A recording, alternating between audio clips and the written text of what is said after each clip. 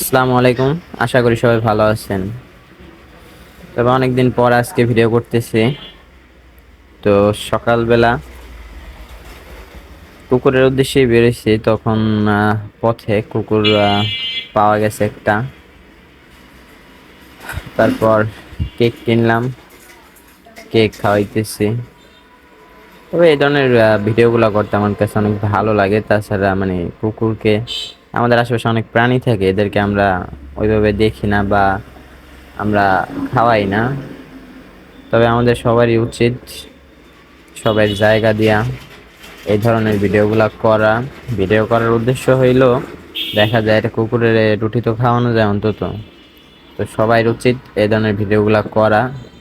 আর আমার এই ভিডিওটা যদি ভালো লাগে তবে আপনারা আমার পাশে থাকবেন, এ কামনাই করি।